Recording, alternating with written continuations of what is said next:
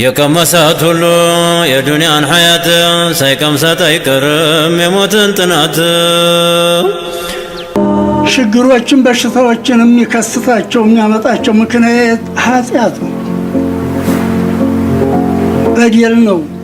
የሚያመጣው ፈጣሪ ጌታ ከሆነ ምክንያቱ ኢስቲግፋር ነው፣ ምክንያቱ ተውበት ነው፣ ምክንያቱ ከኃጢአት መታቀብ ነው።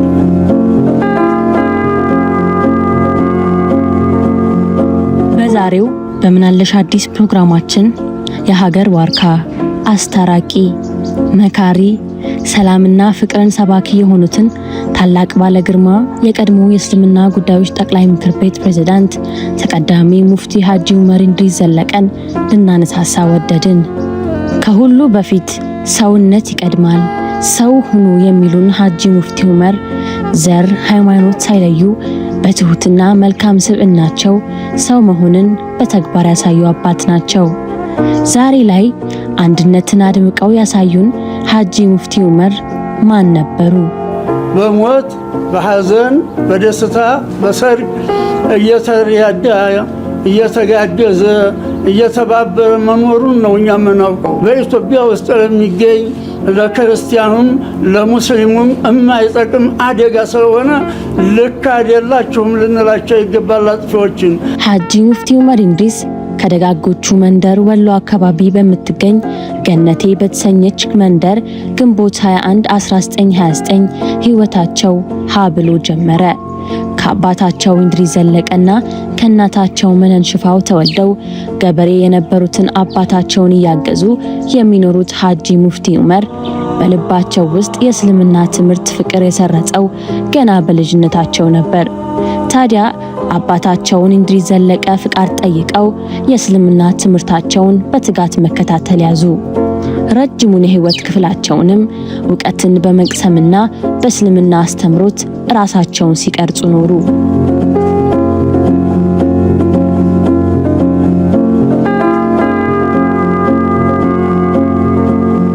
ሐጂ ሙፍቲ ዑመር ከመኖሪያ ቀያቸው ተነስተው ወደ አዲስ አበባ የመጡበትን አጋጣሚ ሲናገሩ በጊዜው የነበሩትን የእስልምና ጉዳዮች ጠቅላይ ምክር ቤት መስራችና ኃላፊ የሆኑትን የኢትዮጵያ ሙስሊሞች አባት ሐጂ ሙሐመድ ሳኒ ሐቢብን ማለትም አስተማሪያቸውን ፍለጋ እንደነበር ይገልጻሉ። ታዲያ በአዲስ አበባ ኑሮን አደርጋለሁ ብለው ያላሰቡት ተቀዳሚ ሐጂ ሙፍቲ ዑመር በአስተማሪያቸው ሐጂ ሙሐመድ ሳኒ ሐቢብ አማካኝነት ያላቸውን የእስልምና የላቀ ዕውቀት እንዲያካፍሉ በታላቁ አንዋር መስጂድና በመስጂድ ኑር የእስልምና አስተምሮትን ለመስጠት ተመደቡ። ተማሪዎቻቸውን እያቀሩ ቀሪ ጊዜያቸውን እየቀሩና በዕውቀት ላይ ዕውቀት እየጨመሩ ኑሯቸውን አዲስ አበባ አደረጉ። በ1967 የእስልምና ጉዳዮች ምክር ቤት ሲቋቋም የምክር ቤቱ አባልና የዑለማዎች ሊቀመንበር በመሆንም አገልግለዋል።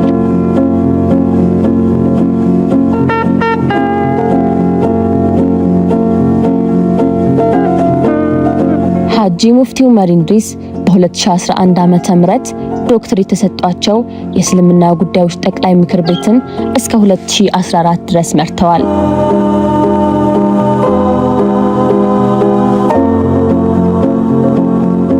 በሀገራችን ብቻም ሳይሆን ከዓለማችን 500 ተጽዕኖ ፈጣሪ ሙስሊሞች መካከል ስማቸው በዓለም አቀፍ መዝገብ ላይ በክብር መስፈርም ችሏል።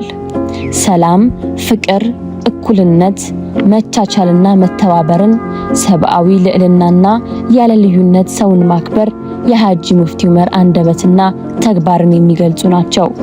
ለሀገራቸው ያበረከቱት አስተዋጽኦና ሲሰጡ የኖሩት ፍቅር የማይዘነጋ ነው። የሀገር ሰላምንና የሰው ልጅ እኩልነት መረጋገጥን ከማለፌ በፊት ማየት እመኛለሁ ያሉት ሐጂ ሙፍቲ ዑመር ኢድሪስ ዘለቀ ጥቅምት 9 2018 ከዚህ ዓለም በሞት ተለዩ።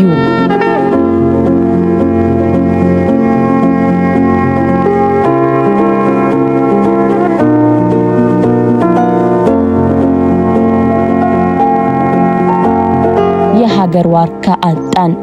ሃይማኖት ሳይለይ ሁሉም በጋራ ሐዘኑን ገለጸ። የማይቀረው ሞት ሁሉም ጋር መድረሱ አይቀር ይሁን እንጂ ዘወትር የሚወሳ በብዙሃን ልብ ውስጥ ታትሞ የሚቀር በፍቅር የተሞላ ስብዕናን ትቶ ማለፍ እንደነ ሐጂ ሙፍቲ ዑመር ዘንዳ እንጂ ብዙዎች የሚታደሉት አይደለም።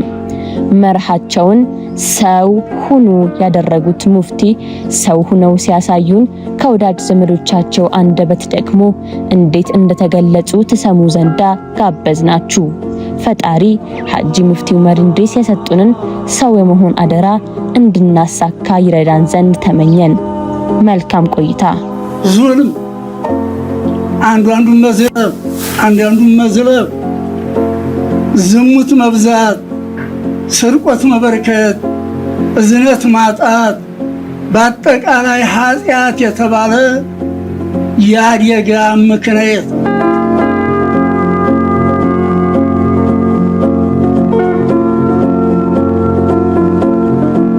ሐጂ በህዝበ ክርስቲያኑም ሙስሊሙ ብቻ አይደለም ጥሩ አንደበት አለውት። የማሳመን አንድን ነገር ተናግረው የማሳመን ብቃት አለውት። ሰው ይወዳቸዋል፣ ተግባብተው ይኖራሉ።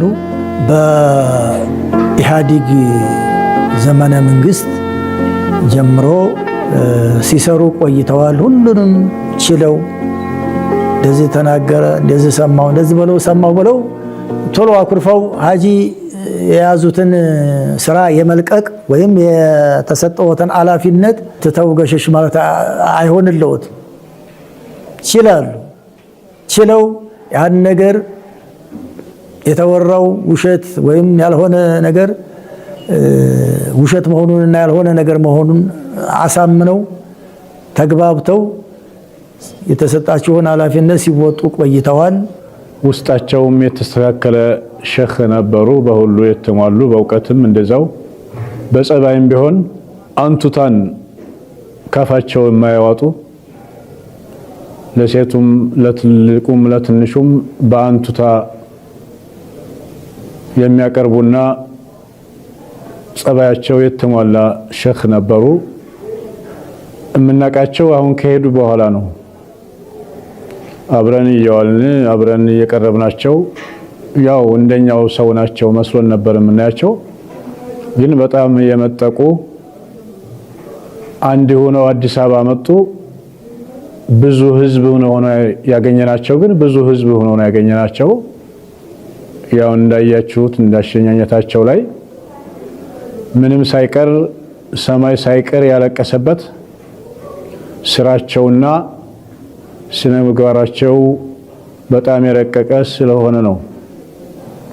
ማንንም የማያገሉ አንዱን አንጠልጥለው አንዱን የማይጥሉ ሀብታም ነው ደሃ ነው ብለው የማይለዩ አዋቂ ነው አላዋቂ ነው ብለው የማይሉ ዕውቀታቸውን ለማንም የማይደብቁ ከመጀመሪያ እስከ መጨረሻ ድረስ ህይወታቸውን ለዲን የሰጡ ሸኽ ነበሩ። ረሂመሁላህ አላህ ይዘንላቸው። ትልቅ አይሉም ትንሽ አይሉም፣ ዕውቀት ያለው ነው አይሉም፣ ዕውቀት የሌለው ነው አይሉም። ሴቱንም ወንዱንም ሁሉንም እንደ ልጁ አድርገው አቅርበው አንድ ቀን ያየ ሁልጊዜ ናፍቆታል። ሙፍቲን የቀረበ አይደለም ቀርቦ ያወራቸው በሚዲያ እንኳን ያያቸው ሰው የሚስቡና ሙፍቲ ብሎ ማለት ስለ የድሮቹ በቃ የነበሩት ሳምፕል ናቸው። በተለይ በሀገራችን ላይ ብዙ ሙፍቲን የመሰሉ ሰዎች ብዙ አልፈዋል። ለሀገራችን እሴት ለዲነል ኢስላም መገለጫ ለሀገር ክብር ሙፍቲን የመሰሉ ነበሩ። እነዛም ሰዎች ብለን የምናይባቸው አንድ ብቸኛ የሆኑ ሰው ነበሩ። ያም በመሆኑ ለሐቅ የቆሙ በመሆኑም ሁሉም ቀልብ ሰፍረው ሁሉም ቀልብ ውስጥ ገብተው የሚኖሩ ብቸኛ ትልቅ ሰው ነበሩ። ሙፍቲ ለእውነት የቆሙ ሰው ናቸው። ምንጊዜም ሰውን ሳይሆን የሚያዩት እውነት ነው። ማን ነው ምንድነው ላመኑበት ወደ ኋላ የማይሉ ናቸው። ሙፍቲ በዛ ላይ በጣም በጥሩ በንጹህ ገራገር የሆኑ ሰው በቃ ሁሉንም ጥሩ ነው ብለው የሚያስቡ እንዲህ አሞኛል ይሸውዱኛል እንዲህ ያርጉኛል ብለው የማያስቡ በቃ ንጹህ ነው። ሰው ሲያወራ ከምር መስሎ የሚታያቸው ሰው እና ሙፍቲ ብሎ ማለት የሚገርሙ ሰው ናቸው። አላኩል ሐል በዲነል ኢስላም ላይ አሉ ተብሎ የገጠሩም የከተማውም የሚያውቃቸው የገጠሩም የከተማውም የሚያፈቅራቸው ሃይማኖት ሳይለይ ጾታ ሳይለይ ብሔር ሳይለይ ሁሉም የኔ የሚላቸውና በቃ ሰው መሆን እንዲህ ነው እንዴ ለካ የኢስላም መሪ ሃይማኖት መሪ መሆን እንደ ሙፍቲ ነው ተብሎ ምሳሌ ሊቀመጡ የሚችሉ ሰው ነበሩ ሙፍቲ የሙፍቲን እውነት የሙፍቲን ማንነት እንዲህ በቃል መግለጽ በጣም ያስቸግራል ሙፍቲ ያው ከክንውኖቻቸው መካከል ለ60 ዓመታት በነፃ አስተምረዋል ይሄ ለሃይማኖት አባቶች አርአያ የሚሆን ነው በሃይማኖት ደሞዝ አልቀበልም ብለው ማለት ነው ተቋም ይመሩ ነበር መጅሊስን አንድም ቀን ደሞዝ ወስደው አያውቁም የሚተዳደሩት በራሳቸው በሚሰሩት ስራ ነው የግል ስራ ነው ከሃይማኖት ደሞዝ አልፈልግም ብለው ይሄ የገጠሩ የእስልምና ሆነ የገጠሩ የክርስትና ሰዎች መስጠትን እንጂ መቀበልን አይፈልጉም ይሄ ትልቅ አርአያነት ነው ሌላ ከሙፍቲ ምንድነው ተቋም ግንባታ ላይ የነበራቸው ነው በጣም ብዙ የተቋም ግንባታ ላይ ተሳትፈዋል እስልምና ጉዳዮችን ጨምሮ የሃይማኖቶች ጉባኤ ሌሎችም ከእርቅ ሰላም ጋር የተያያዙ የተቋም ግንባታዎች ላይ ተሳትፈዋል ሌላ ትልቁ ስራቸው ቁጥሩ ዳታው ይለያያል ከ150 ዓመቱ 60 ይባላል እርቅ የፈጸሙበትን ይሄ ጎሳ ለጎሳ ምናምን የተለያዩ ግጭቶችን እርቅ ተሳትፈው ገስጸው ያስታረቁባቸው መድረኮች በጣም ብዙ ናቸው እና እድሜ ልካቸውን በራሳቸው ትኬት በራሳቸው ወጪ ቦታው ድረስ እየሄዱ ሰዎች ይሰሟቸዋል ገስጸው ያስታረቁበት ሁኔታ ነው የምናየው በጽሁፍ ደረጃ ብዙ ጽሁፎች አሉ አሁን ተሰብስቦ ምን ያህል ናቸው አይነታቸው ምንድነው የሚለው ነገር ጥናት ይደረግበታል ታሪካቸው ሲጻፍ አብሮ በዛው እግረ መንገድ እየተጻፈ ነው የሚሏቸው ነገሮች አሉ ተማሪዎቻቸው ይሄን ያለው ይላሉ ግን ዳታውን በትክክል ከታሪክ መጽሐፋቸው ላይ ይቀመጣል አሁን ጥናቶች እየተደረጉ ስለሆነ ማለት ነው ሌሎች ዳይሜንሽኖቻቸውም እየተጠኑ ነው ያው ስለ ሙፍቲ ማንነት ለመናገር ሊከብድ ይችላል በተለይ እኛ ልጆች ነን ከሳቸው አንፃር ስንታይ ምናልባት ከግማሽ እድሜያቸው በታች ይሆንነንና እኛ ሳንወለድም በጣም ብዙ ነገሮችን የሰሩ ናቸው እኔ ልጅም ሆኜ ማስታውሰው ነገር በተለያዩ ከተሞች እየተሽከረከሩ እየተዟዟሩ የሀገራችን ትልቅ ከተሞች ገጠሮች እየዞሩ ይሄ እንግዲህ ከዒልሙ ከማቅራቱ ከማስቀራቱ ባሻገር ሌላ ተጨማሪ የሆነ ከመንገድ ትንሽ ሳት ያሉ በተለይ ከሙስሊሙ ከአያቶቹ ከቀድመ አያቶቹ ከትልቅ መሻይኾች ከወረሰው መንገድ እየተገነጠሉ መውጣት የጀመሩ አንዳንዴም ደግሞ ዕውቀታዊ ክርክር ወይም ደግሞ ውይይት ለማድረግ እነዚያን ሰዎች ገጽጸው ለመመለስ በጣም ብዙ አካባቢዎች ላይ ተጉዘዋል በድካም ምናልባት በአሁን ሰዓት ብዙ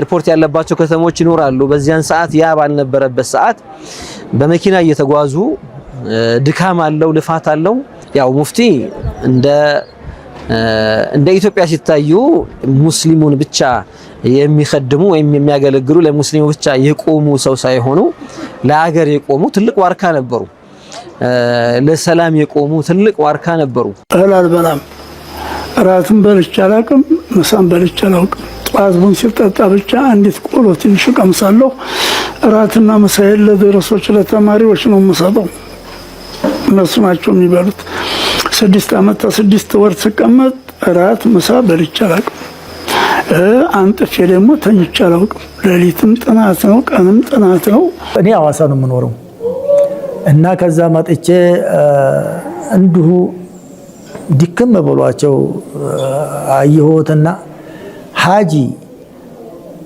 ሰው በርግጥ ለሀገርም ለወገንም ለራሱም ይሰራል ግን አላህ وجعلنا الليل لباسا وجعلنا النهار معاشا ቀኑን መከሰቢያ ለዓይሻችሁ መከሰቢያ ሌሊቱን ደግሞ ለስጋችሁ ለነፍሳችሁ ማረፊያ አርጌ አመቻችቼ ፈጥሬላችኋለሁ በዚህ ፕሮግራም ተጠቀሙ ብሎ አላህ ይሄም እንዴት እንደምን ለጤናችንም ለምናችንም አመቻችቶልናል ያንን እኮ በአግባቡ አላህ በሚፈልገው በሰጠን መመሪያ ታልሰራን ነገሮች ይዛባሉ ጤና ይዛባል እና ጤና ደግሞ ከሌለ ሁሉን ነገር መስራት አይቻልምና አሁን ከዚህ በኋላ እድሜውም እየሄደ ነው ስለዚህ ኃላፊነትን አሁን መቀነስ አለበት ይሄ ዲናዊ ትምርቱ የዲናዊ ስራው እስከ ህይወት ፍጻሜ መቼም አብሬ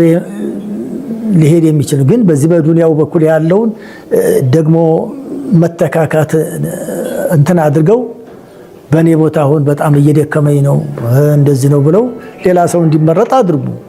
ማህሙድ እኔን ሁሉ ወድጄ እኮ አይደለም በእኔ በፍላጎቴ ብቻ አይደለም። መንግስት እንደ መንግስት ያስቸግሩኛል። እስቲ እዛ መሳቢያ ውስጥ ያለ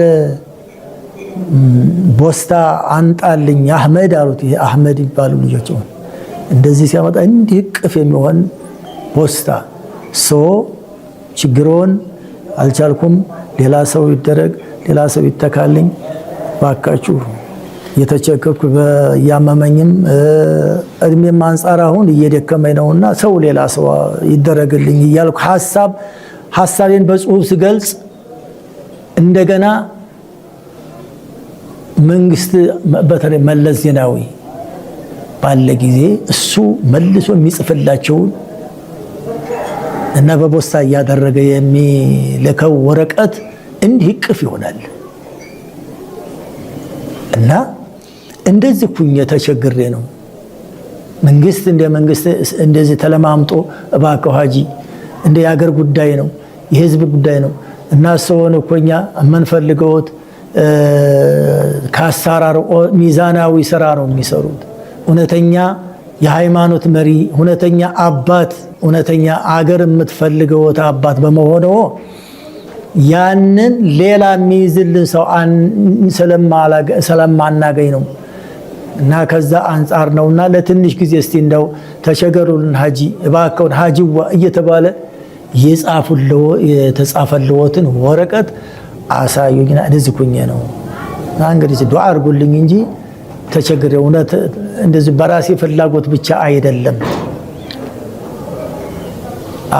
የሚል መልስ ሰጡኝ እና ከዛ አንፃር ያው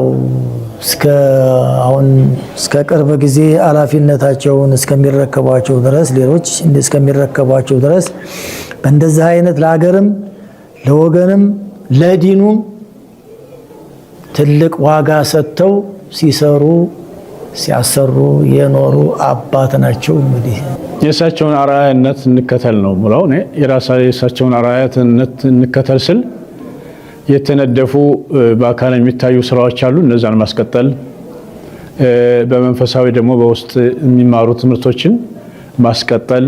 ይሄ ያስደስታቸዋል። ሩሃቸው ትደሰታለች። አካላቸው እዛ ሄዷል እንጂ ሩሃቸው ሕያው ናት፣ ትደሰታለች። ነቢያችንም አለይሂ ሰላቱ ወሰላም ህይወቴም ለእናንተ አስተማሪ ነው፣ ጥሩ ነው፣ መሞቴም እንደዚሁ አስተማሪና ጥሩ ነው ብለዋል። ለምን እያሉ ያስተምሩ ነበር። እንደገና ደግሞ እዛ ካሉ በኋላ ጥሩ ስራችሁ መጥቶ ይደርሰኛል፣ አላህን አመሰግናለሁኝ። መጥፎ ስራችሁ ሲመጣ ደግሞ አላህን ባክተውላቸው ብዬ ይቅርታ ጠይቅላችኋለሁ ብለዋል ነቢያችን አለይሂ ሰላቱ ወሰላም። እሳቸውም አልዑለማኡ ወረሰቱል አንቢያ፣ አልዑለማኡ ከአንቢያኢ በኒ እስራኤል ብለዋል ነቢያችን አለይሂ ሰላቱ ወሰላም። የእሳቸው ወራሽ ናቸው፣ ይደርሳቸዋል። የሰራነው ሁሉ ነገር ይደርሳቸዋልና ጥሩ ለመስራት ጥሩ ለመናገር ከክፉ ለመታቀብ ለሰዎች ጥሩ መሆን ይሄንን ይጠበቅብናል። ሴቱም ወንዱም እንወዳቸዋል ካልነ እሳቸውን ሆነን መገኘት ነው። ኸለቀል መውት ወላ ሐያት፣ አስቀድሞ የፈጠረው ሞትን ነው። ከመፈጠራችን በፊት ተፈጥሯል፣ አይቀርም ሞት። ሞት ግን በቁሙ መሞት ነው። የሰው ልጅ ሞተ የምንለው እኛ ከጥሩ ስራ ሲገደብ፣ በመጥፎ ስራ ሁለንተናውን ነገሩን ህይወቱን ሲያበላሽ በቁሙ የሞተ ነው። እሳቸው ግን አሁንም ቢሆን ስራቸውን አስቀድመዋል። እኛም በዱዓ ያሲን እየቀራን ሶደቃም እያደረግን ዱዓችንን እናስከትላላቸው፣ እዛላቸው ላይ እንጨምርላቸው። የጀመሩትን ስራ እናስቀጥል፣ ሌትም ቀንም ተግተን እንስራ፣ ወደ ኋላ እንበል እላለሁ። እኔ ከዚህ በፊት እንዲህ አይነት ሰው ሞቶ ሽኝት እንዲህ አይነት ሽኝት ሲደረግለት አጋጥሞኝ አያውቅም፣ በሃይማኖት መሪ በኩልም ሆነ በሌላ በኩል እና እንዲህ አይነት ሁላ ህዝብ ወጥቶ ሙስሊም ክርስቲያኑ እያለቀሰ የሸኛቸው የፍቅር አባት ስለሆኑ ነው። ትልቅ ለሀገሪቷ የሚያበረከቱት ትልቅ አስተዋጽኦም ስላለ ነው። ለሀገሪቷ ሰላም፣ መከባበር፣ አንድነት ሁሌ የሆነ ነገር ሲመጣ በአባትነት ምክራቸው ሰውን በሰውነቱ ሰው ሆኖ ስለተፈጠረ አላህ ሱብሓነሁ ወተዓላ ወለቀድ ከረምና በኒ አደም ስላለ የሰው ልጅ መከበር አለበት የሚል ትልቅ አቋም ይዘው በዚህ ላይ የሰሩ የታገሉ ትልቅ አባታችን ነበሩ ረሂመሁላሁ ተዓላ። እኛንም ኢንሻአላህ እንግዲህ የእሳቸውን ሌጋሲ የእሳቸውን ዋና መስመር አስቀጥለን ዳር የማድረሱን እንግዲህ አቋማቸውን እውነተኛ በእምነት ጉዳይ ላይም የነበራቸውን ቀጥ ያለ አቋም ከዚያ ባሻገር ደግሞ ሰዎች እስከ ተቃኑና እስከ ሰሙ ድረስ የማቅረብና የመምከር የማስተካከል ትልቅ ዓላማ ይዘው የተነሱበትን ያንን የማስቀጠሉን ስራ ኢንሻአላህ እኛም ተከተል ለመስራት ጥረት እናደርጋለን። ያው ባጭሩ ስለሳቸው በጣም ብዙ ቢወራም ግን በኔ በኩል ያለውን ይሄን ያክል ማለት ነው። ሙፍቲ የሀገር ምልክት ናቸው። ስለዚህ ለሳቸው መታወሻ መደረግ ያለበት ሀገራዊ ምልክት በአንድ ሃይማኖት በሙስሊሙ ብቻ ሳይሆን ሀገራዊ ምልክት መሰራት አለበት። ይሄ ምልክት እና መታወሻ መሰራት ያለበት ምንድነው? ለእንዲህ አይነት ግዙፍ ስብዕናዎች አርአያነታቸውን ሮል ሞዴል ይፈልጋል። ሁሌም ትውልድ ሮል ሞዴል አርአያ ይፈልጋልና እንዲህ አይነት ሰዎችን አክብረህ ምልክት ስታረግላቸው፣ ስታስታውሳቸው፣ ስታከብራቸው ትውልዱ እነሱን የመሆን ጉጉት ያድርበታል። የሙፍቲ ትልቁ መገለጫ ሰውነትና ደግነት ነው። ሰውነትን ነው እያከበርክ ያለው፣ ሰውነትን ነው ምልክትና አርአያ እየሰራህለት ያለውና ትውልዱ ስለ ሰውነት ስለ ደግነት እንዲያስብና እኒህን ታላቅ አባትና እሳቸውን የሚመስሉ ከየትኛውም ሃይማኖት ይሁኑ እነሱ እንደዛ አይነቱን አባት ወይም እናቶች ሴቶችንም ጨምሮ እንዲከተል ያደርጋል። እኔ በዚህ በመንግስት ደረጃም በአጠቃላይ በሀገር ደረጃ እንደዛ አይነት ምልክቶች መሰራት አለባቸው። እንዲህ አይነት ስብዕናዎች ካሪኩለም ውስጥ ሁሉ ገብተው መማር አለባቸው። በትምህርት ካሪኩለሙ ላይ ስለ ታሪክ፣ ስለ ምሳሌ፣ ስለ ተለያዩ ነገሮች እንደ አንድ ግዙፍ ስብዕና እንደ ኢትዮጵያዊ ስብዕና ገብተው ለትውልዱ የከበሩበት ምክንያት ምንድን ነው የሚለውን ነገር መሰራት መቻል አለበት። ዘርፈ ብዙ ማለት ነው። ይሄ ከመንግስት ይጠበቃል። ያው ለማህበረሰቡ ሲባል፣ ለሀገር ሲባል፣ ለትውልዱ ሲባል ይሄ መፈጸም አለበት። ይሄ በሀገር ደረጃ መሰራት ያለበት ነገር ነው። ለምሳሌ የተለያዩ ቦታዎችን መሰየም፣ ጎዳናዎችን፣ ሌሎች ነገሮችንም የትምህርት ካሪኩለም ውስጥ ማስገባት፣ በተለያየ መንገድ እሳቸውን የሚያከብሩ ስራዎች መንግስት ደረጃ መሰራት አለበት የሚል እምነት አለኝ። ያው እንደሚሰራም ተስፋ አደርጋለሁ። ያው በዚህ በሳቸው በሃይማኖቱ በኩል ግን ቀድመው ያቀዷቸው ስራዎች ነበሩ። እሳቸው አንደኛ የቁርአን ማብራሪያ ሰጥተዋል። እያንዳንዱን የቁርአን አንቀጽ ከሰውነትና ከደግነት አኳያ ያዩበት ማብራሪያ ነው። በጣም ቆንጆ ነው። እያንዳንዱ ቃላቸው ልብ የሃይማኖቱን ተከታይ ሳይሆን የትኛውም ሃይማኖት ተከታይ ልብ የሚገዛ የሚያሸንፍ አይነት ማብራሪያ ነው የሰጡት። ያ ማብራሪያ ተቀርጾ በቴክኒክ ምክንያት ያው ቴክኒካዊ ነገሮች አላለቁም ነበር። እሳቸው ሊያልፉ ሲሉ ይሄን ኃላፊነት ለሰዎች ሰጥተው ተሰርቶ አልቋል። አሁን እና ለመመረቅ 3 ወር ሲቀረው ነው አጋጣሚ ሆኖ ያለፉት። ይሄ አንዱ ፕሮጀክት ነው። ይሄ ትልቁ የጓጉበት ፕሮጀክት ነው። ሁለተኛ ይሄ ፕሮጀክት ይሄ የቁርአን እንትናቸው ማብራሪያቸው ወደ ጽሁፍ ተቀይሮ መማሪያ መሆን አለበት ለሰዎች። የእሳቸውን ደግነት የእሳቸውን ቫልዩ ለሰው ልጆች ያላቸውን ክብር የሚያሳይ መጽሐፍ መልክ ወጥቶ መማሪያ መሆን አለበት የሚል ሐሳብ አለ። እሱም ስራው ተጀምሯል። እሳቸው እያሉ ነው ስራው የተጀመረው። ሶስተኛ የእሳቸውን ታሪክ የመጽሐፍ ነው። ታሪካቸው የመጽሐፍ ነው። ታሪካቸው አልቋል። አሁን አጋጣሚ ስላለፉ የሞት ፓርቷ ብቻ ትገባለች። ሌላ አራተኛ ግን 8000 ካሬ አካባቢ ቦታ አላቸው። ኃይሌ ጋርመንት አካባቢ አሁን መቃብራቸው ያረፈበት ማለት ነው።